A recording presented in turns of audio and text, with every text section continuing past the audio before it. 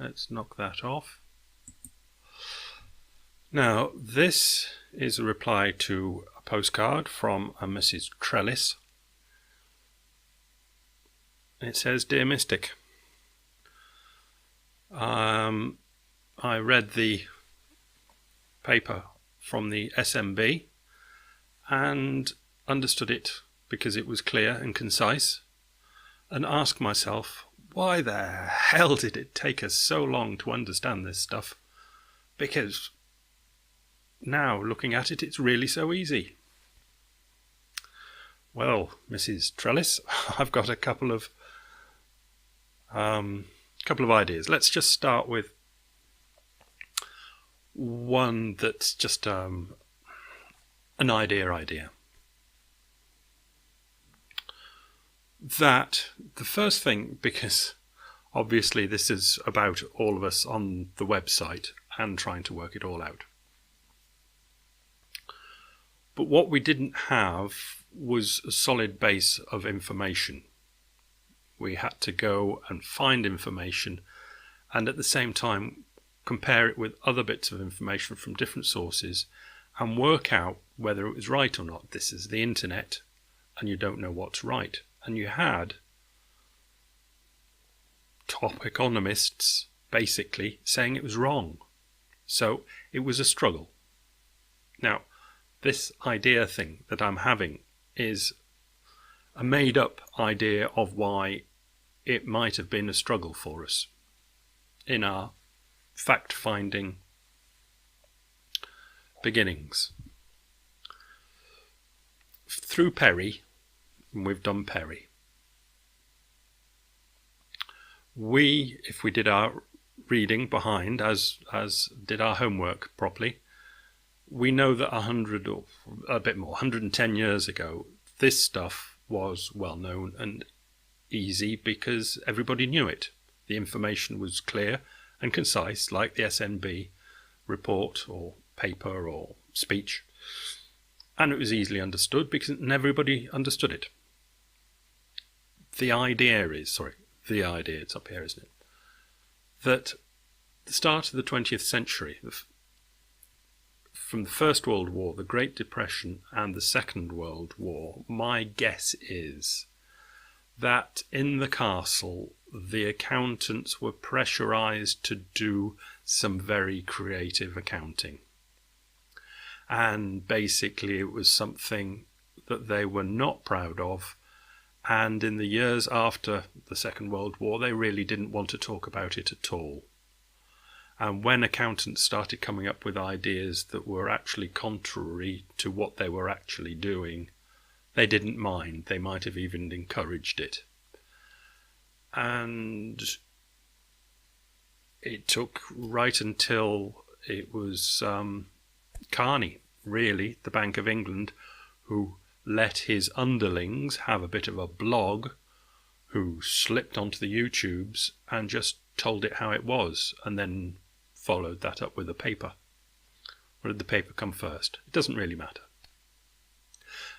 But by then we'd been at it for a couple of years, but then we could jump on that and have faith that the threads that other people had put together then that we'd got and put further together was actually correct. Because you lack faith when you don't have solid reason to have faith that you've got it right.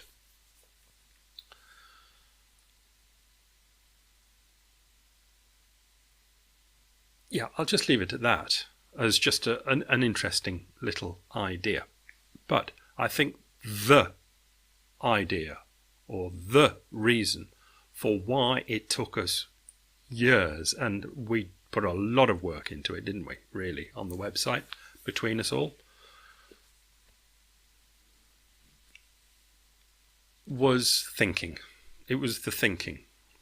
Basically, when I did the video yesterday, and when you listened to or read the SNB speech, we that had put the work in our heads, we had concepts which were applicable.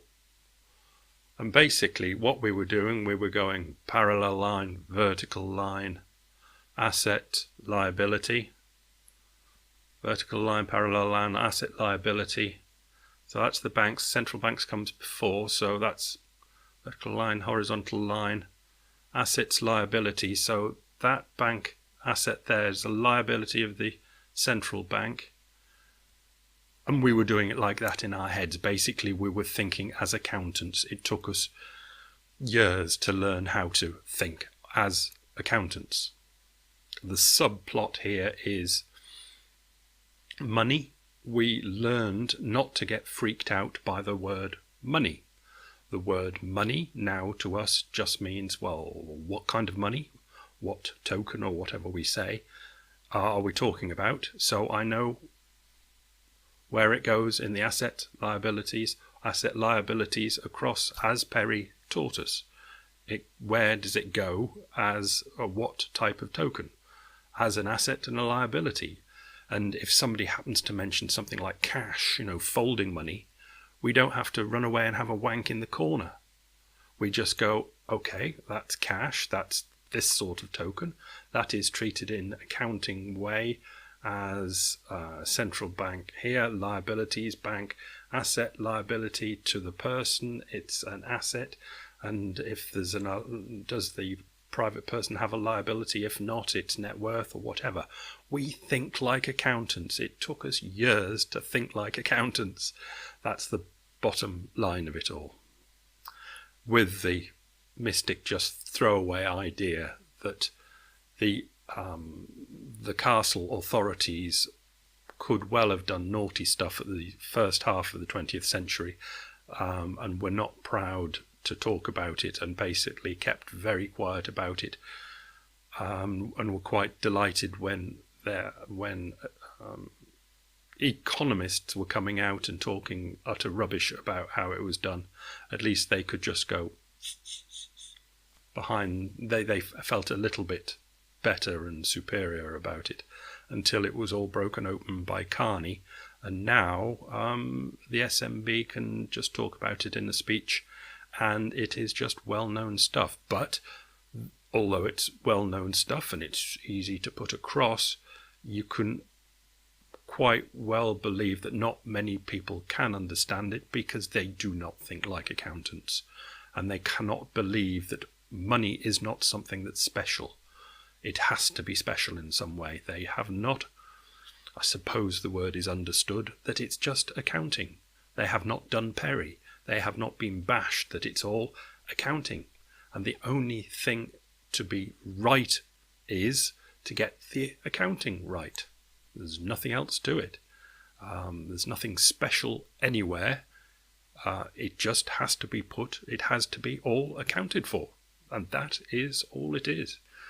Asset, liabilities, balance sheets, accounting. In a way, thoroughly boring. We learned to be thoroughly boring so we could understand it. And I think that's basically bottom line, the answer to it. We got to learn how to think like accountants. Hopefully not full time, but when needed we can do it. So I think hopefully it was time well spent. Bye.